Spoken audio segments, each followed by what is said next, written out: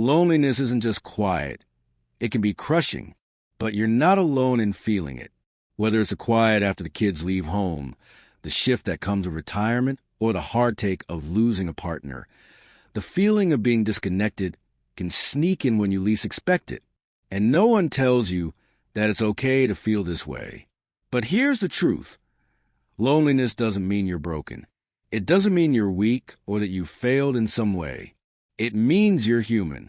And just because you might be feeling isolated doesn't mean you have to stay there. In this video, I'm going to talk to you heart to heart about the path forward.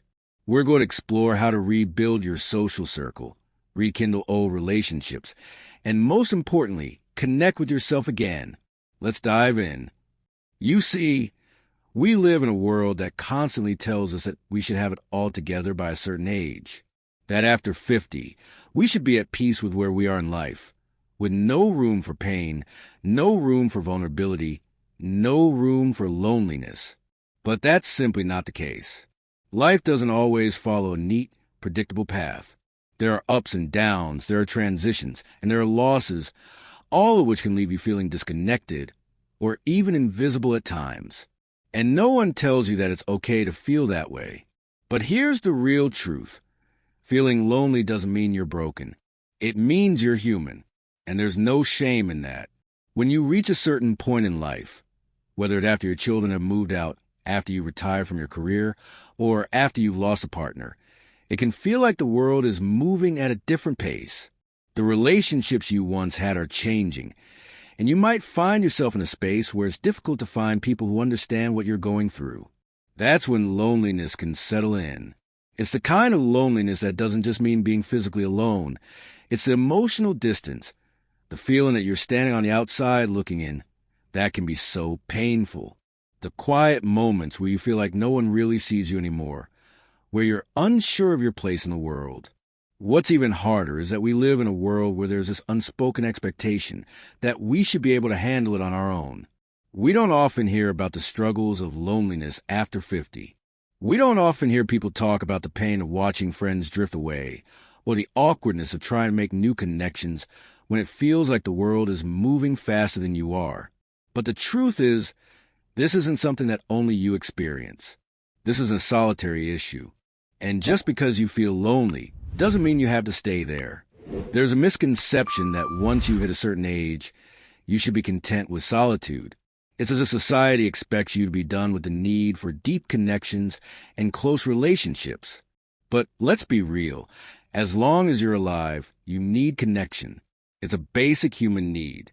We all need to feel seen, heard, and valued. And when you're not getting that from people around you, it can feel like a heavy weight on your heart. The truth is, loneliness doesn't have an expiration date. Just because you're 50 or 60 or 70 doesn't mean it's too late to form new bonds or rebuild relationships that matter. So why does it happen? Why does loneliness become so pervasive after 50? Well, a lot of it has to do with the changes that come with this stage of life. When you're younger, you have a natural flow of relationships, friend from school, work, social events, family gatherings. There's a built-in network of connections that keeps you grounded, and you're constantly surrounded by people, whether you realize it or not. But after 50, those networks start to shift. You might retire from your job, and suddenly, the daily interactions you took for granted are no longer there. The sense of purpose that work provided starts to fade, and with it, the social structure that kept you connected to others. And then there's the empty nest syndrome. When the kids leave the house, it's a time of mixed emotions. You're proud of them for taking that next step in their lives. But at the same time, you're left with an echoing silence in your home. That's when the loneliness can feel most acute. You might find yourself sitting in your living room, hearing the tick of the clock, and wondering how to fill the void that's left behind. The house feels too big, and the days stretch out in front of you, uncertain and quiet. But it doesn't end there. Another major factor that feeds loneliness after 50 is the loss of a partner. Whether through death or separation, losing the person who was once your closest companion can feel like a hole that can't be filled. The person who knew you best, who shared your everyday moments, is suddenly gone. And while the world moves forward, you're left trying to figure out how to continue without them. And let me tell you, that's not something that's easy to adjust to. It's not something you can just get over with time. It's something that takes patience, understanding, and, most importantly, compassion for yourself. Here's the thing. Loneliness isn't a sign of weakness. It doesn't mean that you're not strong or that you failed in some way. It's a natural reaction to life's transitions. It's the space between what was and what is yet to come. And the fact that you're feeling it means you're still deeply connected to the need for connection. You haven't lost that part of yourself. It's just that life, as it often does, has thrown you a curveball. And now, it's time to figure out what to do with it. Now, I want to get real with you for a moment. Feeling lonely doesn't mean you're a failure. And it doesn't mean that you're destined to be isolated for the rest of your life. There are ways to move through this. There are ways to rebuild your social circle, rekindle old friendships, and forge new ones. It's not an overnight fix, and it's not always easy, but it's absolutely possible. And the first step in all of this is understanding that loneliness is not a permanent state. It's a moment in time, and it can be changed. Here's the most important thing I want you to take away from this. It's never too late to reconnect. It's never too late to build meaningful relationships again. You don't have to sit in silence forever. You don't have to be alone with your feelings, with your thoughts, with your loneliness. There's a way out of it, and I'm here to help you find it. In this video, we're going to talk about the journey out of loneliness. We're going to explore the ways you can rebuild your social circle, how to find connection again, and how to reconnect with yourself in a way that brings peace to your heart. I'm going to share practical steps, strategies, and advice that can help you step out of isolation and into a life full of meaning, connection, and warmth. It might take time, but you're going to see that it's possible, and it's worth every effort. So, let's begin by acknowledging the reality of loneliness after 50. Let's face it, let's talk about it, and let's understand why it's so common. Because only by understanding where we are can we take the steps needed to move forward. But trust me when I say this, you're not alone in this journey. I'm right here with you, and I'm going to show you how to find your way back to the connections that matter most. We're going to do this together. You're going to come through this stronger, wiser, and more connected than ever before. I believe in you. Loneliness is something that most people experience at some point in their lives, but it takes on a different quality after 50. It's not just the absence of people around you, but often the absence of meaningful connections, the kind that give life color and depth. For many, this stage of life is full of transitions that can leave you feeling adrift, unsure where you fit in or how to find your way back to connection. The reasons why loneliness creeps in during this time are varied and complex, but they all stem from the inevitable changes that come with growing older. What was once familiar may no longer be, and the world can feel like it's moving without you. But before you start thinking that this feeling of isolation is something you must simply accept or endure, let's take a closer look at what's going on and why it's so common, especially after 50. When you're younger, the social networks you build often come naturally. You meet people in school, through work, through shared activities, or even through family events. These connections are woven into the fabric of your daily life. And because of this, loneliness rarely has the chance to settle in. But as you age, your life circumstances shift, and suddenly, the regular flow of social interaction that once felt effortless starts to thin out. For example, retirement is a huge life event that often brings more than just the end of a career. It can also mark the end of many of the daily interactions you've had with colleagues and clients. These aren't just work acquaintances. They've been part of your routine for years, and without them, your sense of connection can start to feel tenuous. And then there's the empty nest syndrome. When your children move out, it can feel like the very foundation of your home and family life has changed. The noise, the activity, the sense of purpose you may have had in raising your children, it's all different now. It's a strange and bittersweet time when the house is quieter, the demands on your time shift, and it can be easy to feel like your role in the family has diminished. You might even question who you are outside of being a parent. If your children live far away or have their own lives and families, The physical distance can compound emotional distance, leaving you with a sense that your connection to them has changed irreparably. For many people, the most profound source of loneliness after 50 comes from the loss of partner, whether it's through death or the end of a relationship.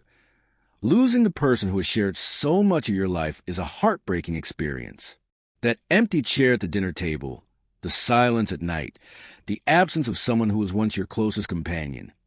These are the stark realities of grief and loneliness. And the thing is, society doesn't always give us the space to grieve properly, especially if we've lost a spouse. You're often expected to move on or get over it. But the truth is that the grief can linger long after the funeral, and loneliness can feel like a constant companion. The impact of these life transitions is profound, not just emotionally, but physically as well. Studies have shown that loneliness can have serious health consequences. For example, loneliness has been linked to higher rates of depression, anxiety, and stress, which in turn can affect your physical health. Chronic loneliness has been shown to increase the risk of heart disease, stroke, and even cognitive decline. The brain and body are connected in profound ways, and when you feel isolated, it impacts your mental and physical well-being. You may feel tired, unmotivated, or just generally off. The sense of loneliness isn't just an emotional experience. It can have a far-reaching impact on every aspect of your life. But here's something that is often left unspoken. Feeling lonely doesn't mean you're broken. It doesn't mean you failed.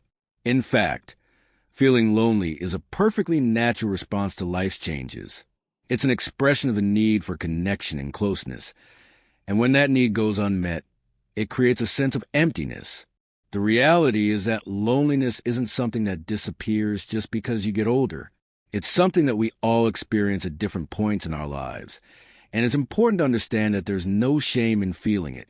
And yet, there's still a stigma attached to loneliness, especially as you get older. The idea that after 50, you should have everything figured out, that you should be content with your own company and not need others as much, is pervasive in society. This is reinforced by the idea that older adults should have settled into their lives and no longer require the same level of social interaction that they did when they were younger. But the truth is, social connection is vital at every stage of life. As we age, we still need deep, meaningful relationships, those connections that nourish us, that remind us we're not alone, and that give us the support and love we need to thrive. So, why does loneliness seem to be more common after 50? It's not that something is wrong with you. It's simply that life changes, and those changes can create gaps in your social world. The people you once spent time with may no longer be as available, and your daily routine may not provide the same opportunities to meet new people. Without the built-in structure that work or parenting provides, it can be difficult to know where to start. The social isolation that often follows these transitions can feel like an emotional weight that gets heavier over time. But there's something else that often contributes to loneliness after 50, the fear of rejection or the fear of being judged. For many, the idea of putting themselves out there again, whether it's meeting new people or rekindling old friendships, can be intimidating. There's a vulnerability that comes with trying to form connections, especially when you're older and may feel like you've been out of the game for a while.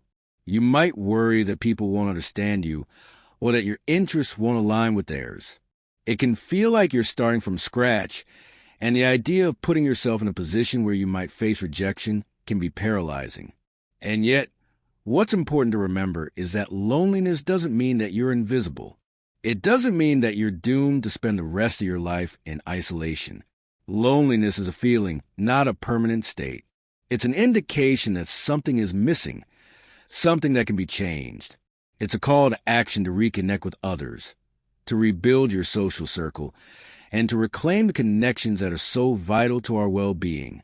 One of the most crucial aspects of overcoming loneliness is realizing that it's okay to need others. It's okay to reach out for help, for connection, and for companionship. You don't have to go through this journey alone.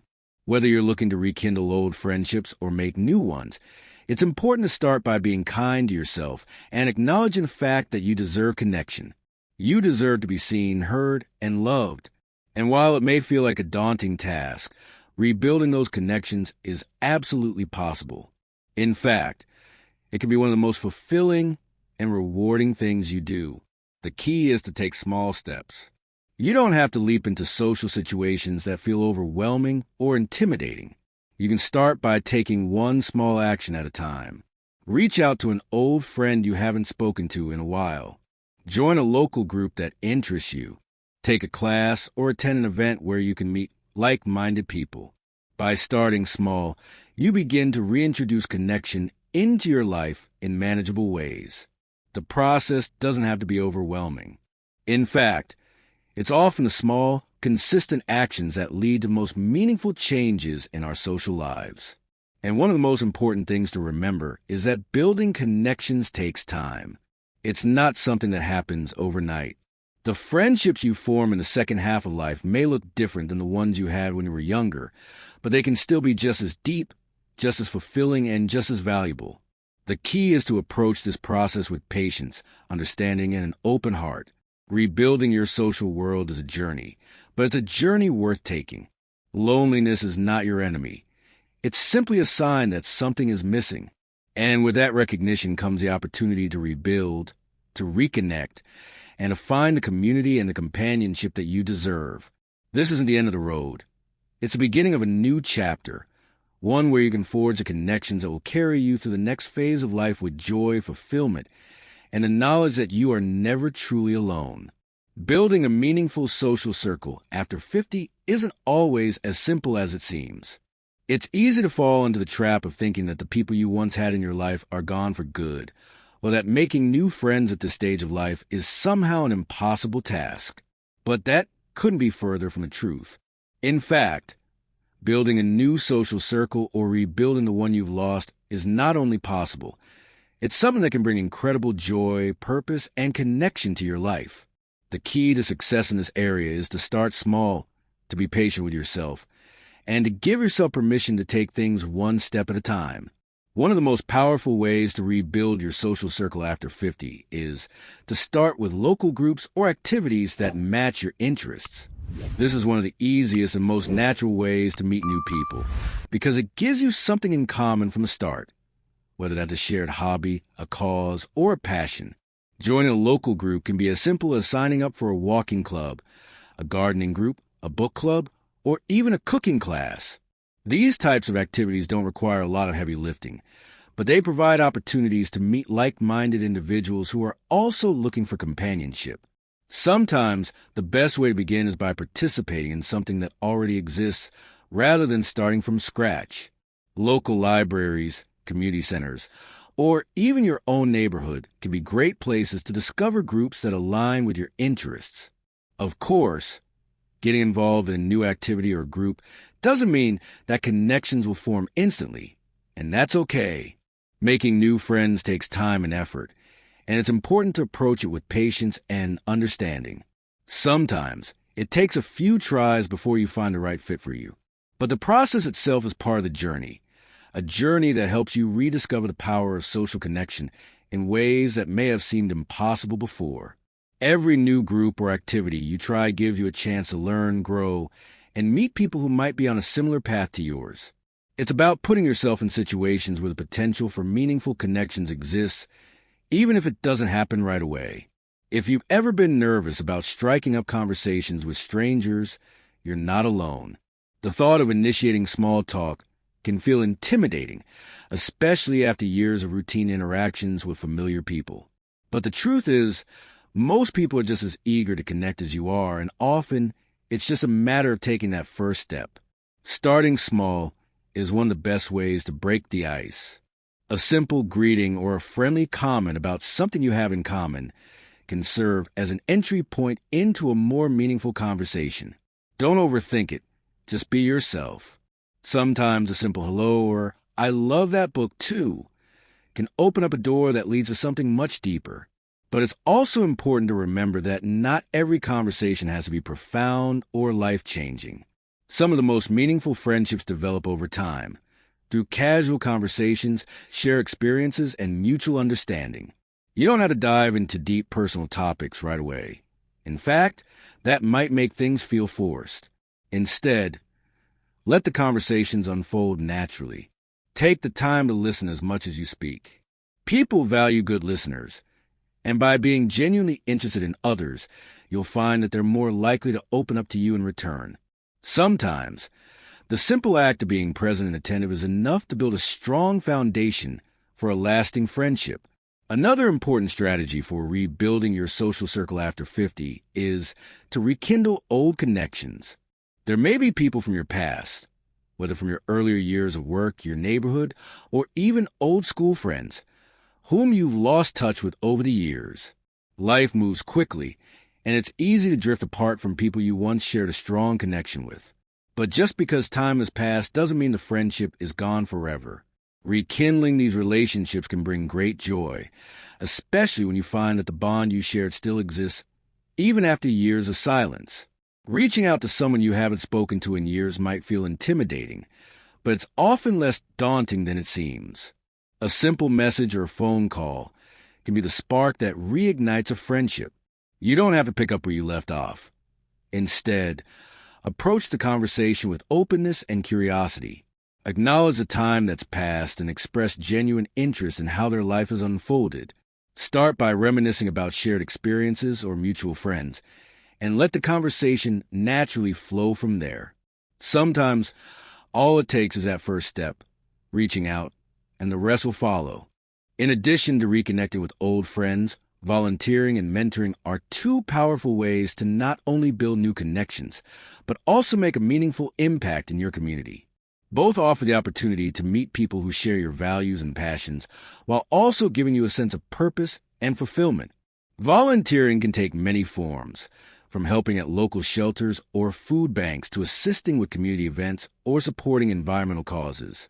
Whatever the activity, volunteering offers a chance to meet others who are committed to making a difference in the world, and often leads to meaningful friendships built on shared goals.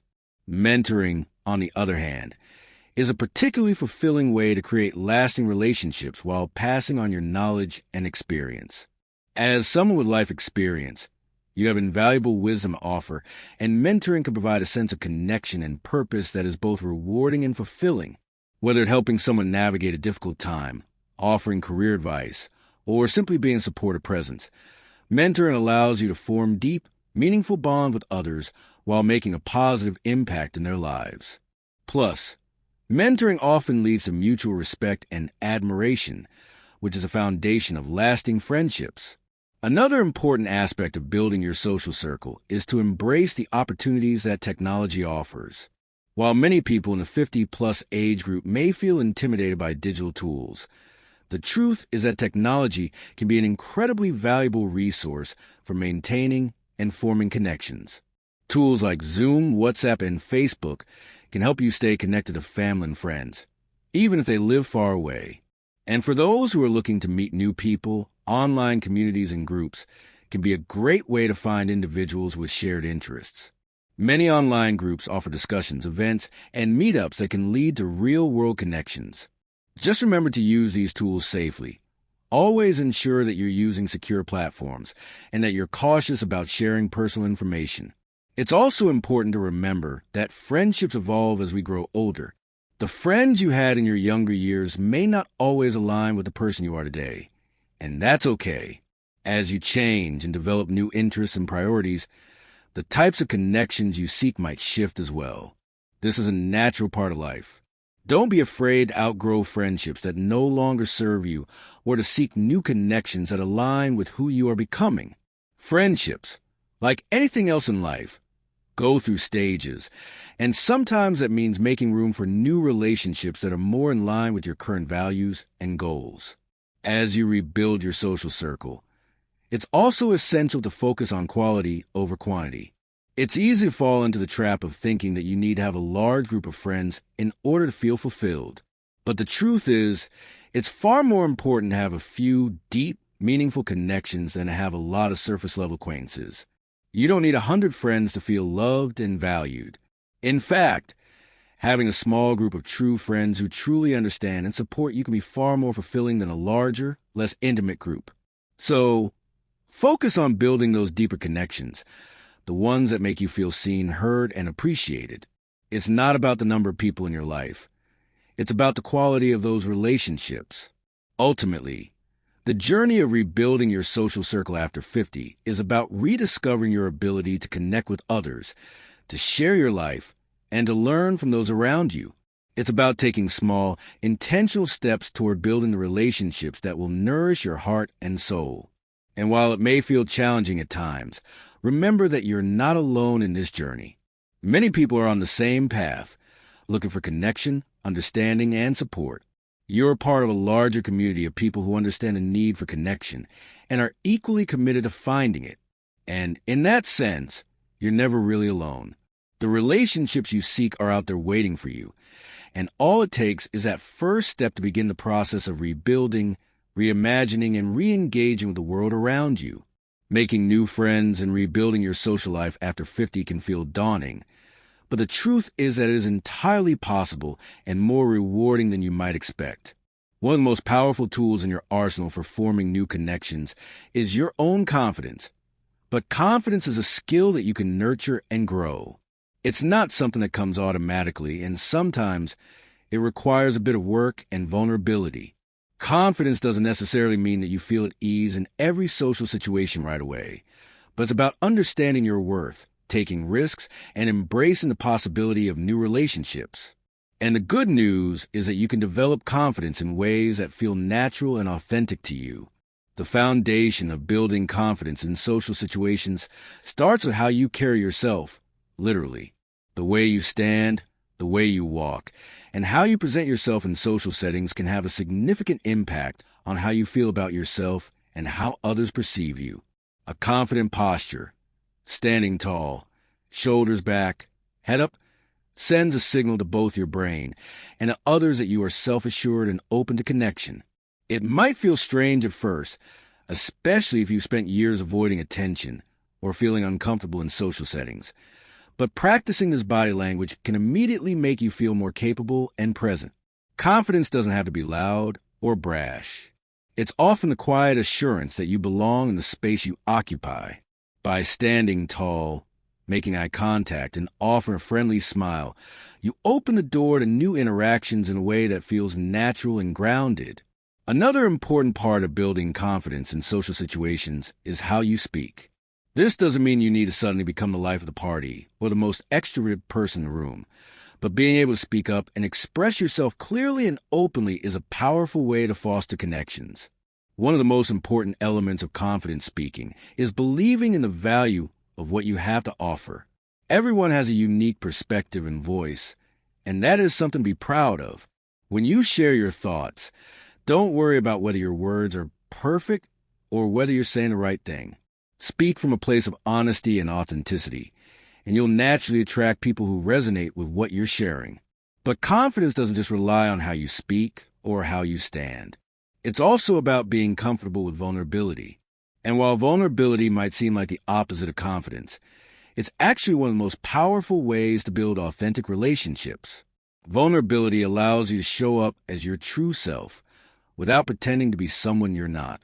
When you allow yourself to be vulnerable, you invite others to do the same, which creates deeper and more meaningful connections.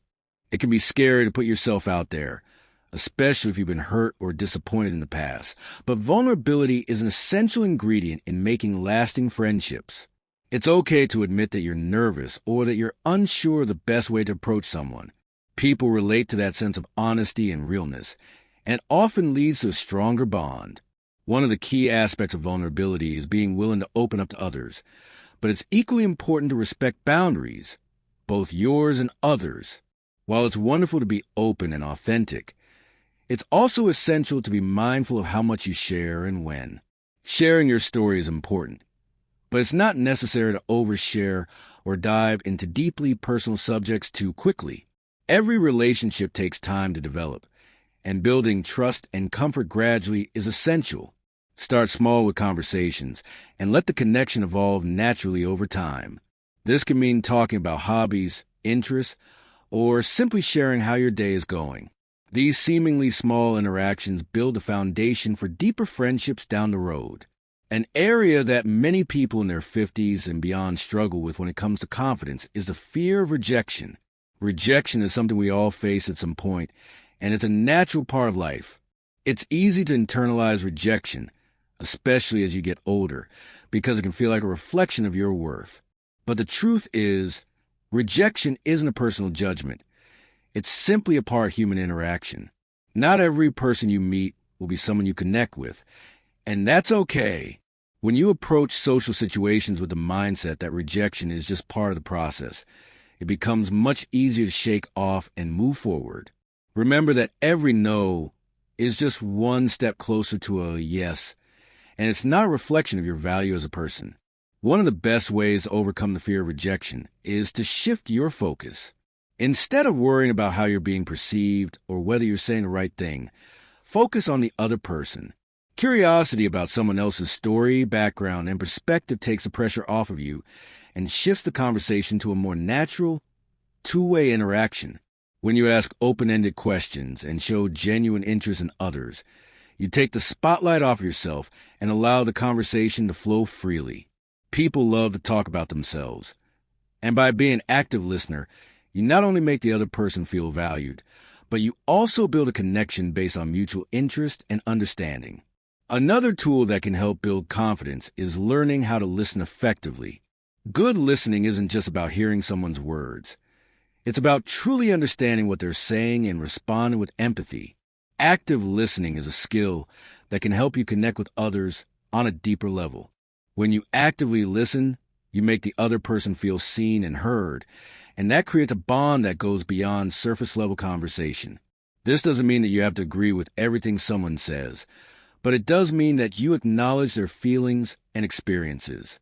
Listening with empathy helps you understand the other person's perspective and can lead to more meaningful and fulfilling connections. Another important piece of building confidence and making new friendships is embracing the digital tools available today. For many people over 50, the idea of using technology to connect with others can be intimidating. However, digital tools can open up a world of opportunities for building new friendships, whether that's through video calls, messaging apps, or social media platforms.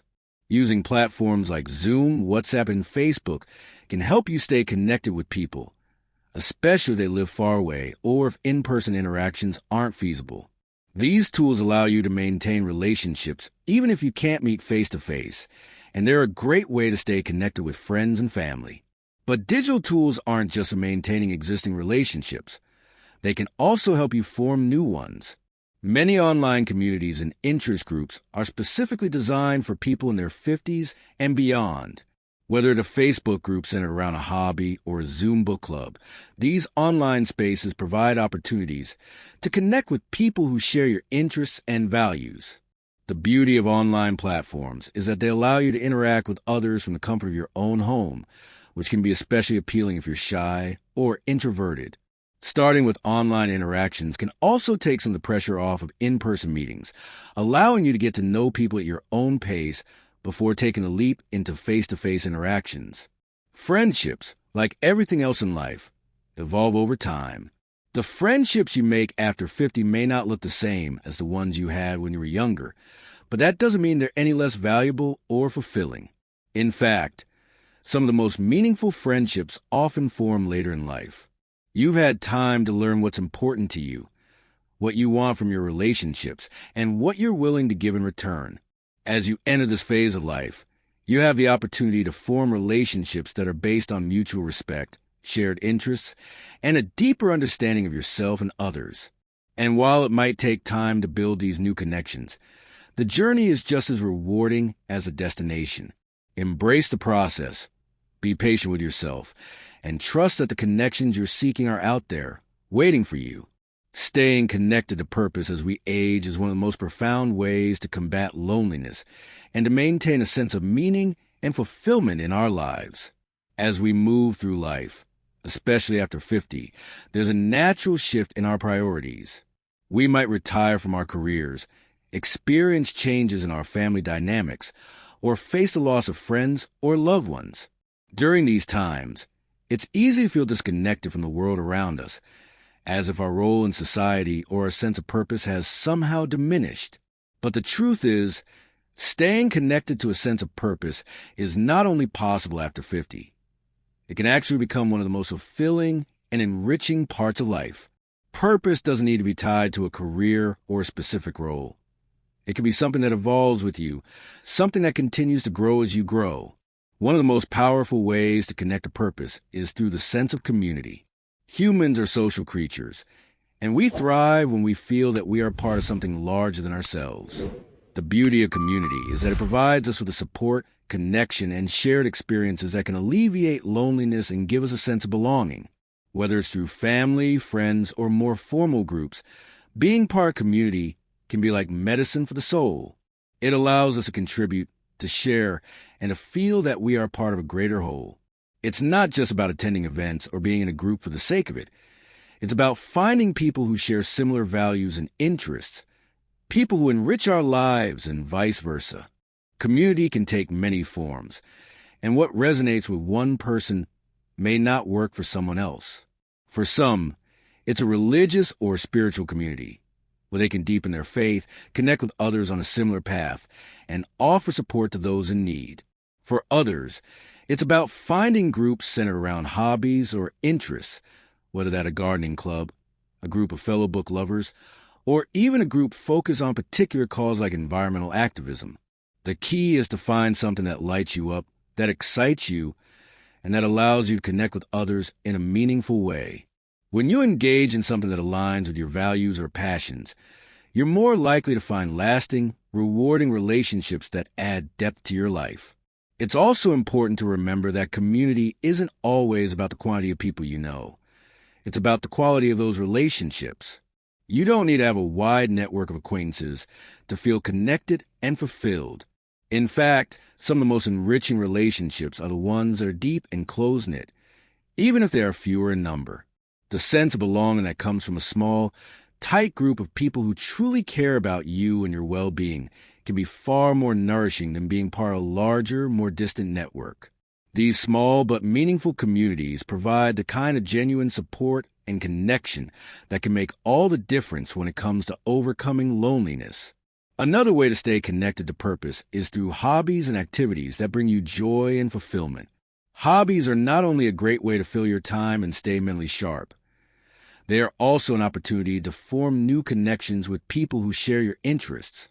When you engage in something you truly enjoy, whether it's painting, knitting, hiking, or even working on DIY projects, you're giving yourself a space to explore new aspects of your personality and talents.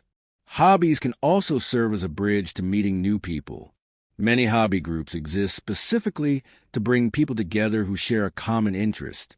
Whether it's joining a yoga class, a local running club, or photography group, these spaces allow you to meet people in a natural, unpressured environment where the focus is on the activity itself, not the outcome.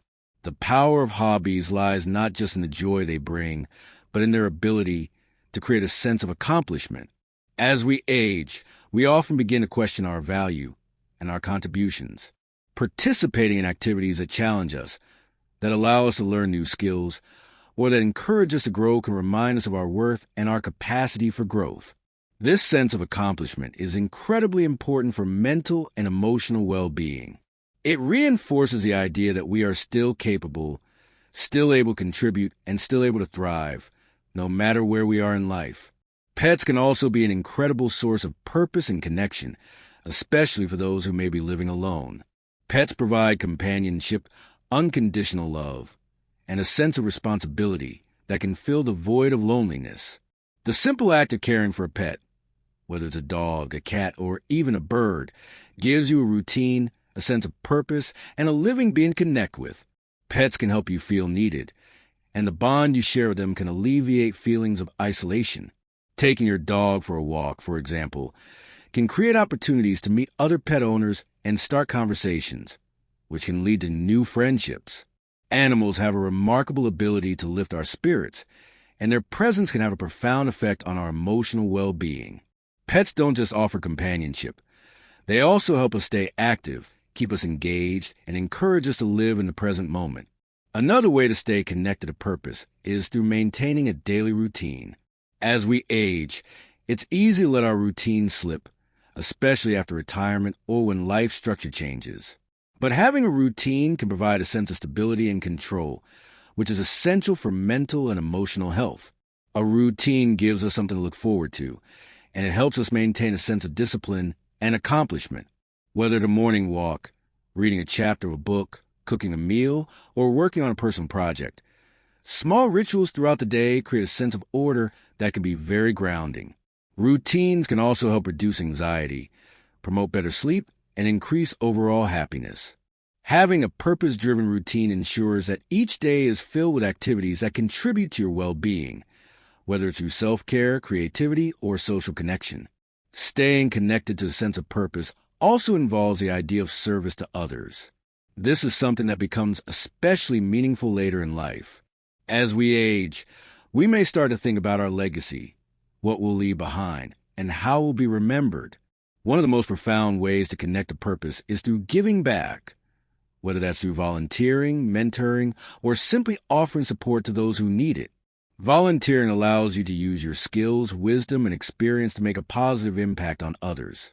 It's a way to share your knowledge and give back to the community that has supported you throughout your life. Whether it's helping at a local shelter, working with children, or supporting a cause you believe in, giving your time and energy to others fosters a deep sense of connection and fulfillment. Mentoring, too, is an incredible way to stay connected to purpose. Many people in their 50s and beyond have a wealth of experience and knowledge to offer, and mentoring younger people or those just starting out in their careers or lives can be an incredibly rewarding experience. You can offer guidance, share your own life lessons, and provide encouragement to those who may be going through struggles you've already faced. Not only does mentoring give you a sense of purpose, but also creates a meaningful connection between you and the person you are mentoring. It's a relationship based on respect, support, and shared growth. Purpose, however, isn't always something that can be defined by external achievements or contributions. Sometimes, the most profound sense of purpose comes from within. It's about connecting with your own inner self, learning to be comfortable with who you are, and embracing the wisdom that comes with age. This kind of self-awareness brings a deep sense of peace and purpose that can't be found in external accomplishments alone. It's about understanding that your journey, with all its ups and downs, has meaning. Every lesson learned, every challenge overcome, and every moment of growth adds to the richness of your life. Embracing this inner purpose allows you to move forward with clarity, confidence, and a deep appreciation for the life you have lived and the life that is still ahead. Ultimately, staying connected to purpose in the second half of life isn't about achieving grand goals or making dramatic changes. It's about finding meaning in the simple, everyday moments, the relationships we nurture, the passions we pursue, the ways we continue to contribute, and the ways we stay open to new experiences. Purpose doesn't have to be a grand, singular thing. It can be found in many small, everyday actions that add up over time. Whether through your community, hobbies, pets, or giving back, staying connected to purpose is one of the most powerful ways to combat loneliness and live a fulfilling life. Embrace each day as an opportunity to stay connected to what matters most, and you'll find that the richness and depth of life will continue to unfold in meaningful ways. As we come to the end of this conversation about overcoming loneliness and building meaningful relationships in the second half of life, I want to take a moment to reflect on everything we've covered and offer you one final thought. You are not alone. If there's one thing I want you to walk away with today, it's the knowledge that no matter where you are in your life right now, it's never too late to reconnect with others and reignite your sense of purpose. Loneliness is a real and painful experience, but it does not define you. It doesn't make you weak, and it doesn't mean that you're broken. It simply means that you are human. And like all humans, you have the capacity for growth, healing, and connection at any stage of life. We've talked about the many reasons why loneliness is so common in our 50s and beyond, how life changes, relationships evolve, and sometimes the world around us can start to feel smaller and more isolating. We've also talked about the impact that loneliness can have on our health and well-being, both emotionally and physically. But what I want to emphasize here is that loneliness is not a permanent state. It is not a life sentence. There are ways out of it. There are paths forward, and each one of them is filled with possibilities for reconnection, new relationships, and the joy that comes from truly engaging with life. The first step toward overcoming loneliness is acknowledging it. It's easy to hide it, to put on a brave face and tell ourselves that everything is fine when deep down, we're aching for connection. But as we talked about earlier, acknowledging that you feel lonely doesn't mean you're weak or broken. It means you are brave. It means that you are choosing to face your pain and open the door to healing. So, if you're feeling lonely right now, know that it's okay. It's okay to feel sad, to long for companionship, and to wish for something more. What matters most is that you don't let those feelings keep you stuck. The next step is deciding that you're ready to take action. You're ready to make a change, no matter how small, to bring more connection and joy into your life. You are capable of it. Reconnecting with others may seem like an overwhelming task at first. The idea of putting yourself out there, starting new conversations, and making new friends might feel daunting, especially if you've been isolated for a while. But I want to remind you that you don't have to do it all at once. You don't need to make 100 new friends or be part of every social group that comes your way. What you need is a few meaningful connections, the kind of relationships that bring depth, warmth, and mutual respect into your life. And those relationships are entirely possible to form. It's about finding people who see you for who you truly are, who appreciate the wisdom you've accumulated over the years, and who offer you the same kindness, support, and care that you're willing to offer them. And in order to do that, you need to start with yourself. You need to reconnect with the most important relationship you'll ever have, the one you have with yourself. This is not about self-centeredness or selfishness. It's about self-compassion. It's about remembering that you deserve love, connection, and companionship. It's about recognizing your worth, even in times of doubt. When you nurture yourself, when you take care of your emotional health and your mental well-being, you become a better friend, a better companion, and a better person to those around you. You are worthy of connection, and when you believe that, others will be drawn to that belief in you. I want to emphasize, too, that reconnecting with others doesn't mean you have to throw yourself into large, overwhelming social gatherings. The key is starting small. Look for opportunities in your local community, whether it's through a church group, a book club, or a local class, where you can interact with others in a relaxed and low-pressure environment. Reaching out to old friends with a simple text or a phone call can be incredibly powerful. You may find that many of your old connections are just waiting for someone to reach out. There's no shame in starting small and taking small steps. The point is to get started. Even the tiniest of efforts, attending one social gathering, sending one message, picking up the phone and checking on someone, can start the wheels of reconnection turning. And as you take those small steps, you'll begin to find that they snowball into bigger ones. Little by little, you'll find yourself forming a new social network, one that is fulfilling and supportive. What I want you to understand is that it's okay to be vulnerable. It's okay to let people in, to allow them to see the real you. If you've been hurt before, if you've been let down by others, I know it can feel difficult to trust again. But healing requires us to be vulnerable. It requires us to open up, even when we're afraid, and to take risks. And you don't have to overshare or lay everything bare on the first interaction. Vulnerability is about being authentic, about showing up as yourself and allowing others to do the same. You might feel like you're putting yourself at risk, but vulnerability is actually what makes meaningful connections possible. It's the key to building trust and to forging deeper, more genuine relationships. You don't need to have 100 friends or even 10. What matters most is that you find a few real, honest relationships, ones that nourish you, that fill your life with warmth and connection, and that help you grow as a person. The process of building new relationships and overcoming loneliness doesn't happen overnight. It takes time, patience, and commitment. But I want you to know that every step you take toward reaching out, toward reconnecting, is worth it. Every single effort you make to engage with the world around you is a victory. And as you continue to make these small efforts, as you put yourself out there and embrace new opportunities for connection, you will begin to see the results. You will start to feel the warmth of new friendships forming, the joy of shared experiences, and a healing that comes from knowing that you are not alone. No matter what has happened in the past, no matter how long you've been isolated, it's never too late to start anew. It's never too late to build a life you want, one filled with real, meaningful connections. As you continue on this journey, I want to encourage you to stay open to new possibilities. You don't know what the future holds, but I can promise you this. There are countless opportunities for you to form new friendships, discover new passions, and build a life that is rich in purpose and connection. It may not be easy, and there will be moments of doubt or frustration, but remember that you are capable of creating the life you want. You have the wisdom, the experience, and the heart to build relationships that bring joy and fulfillment. And with each step you take, you'll find that the loneliness you feel today becomes a distant memory, replaced by the warmth of shared moments and the joy of real, authentic connection. So, I want to leave you with this. You are not alone. You are not defined by the loneliness you may feel today.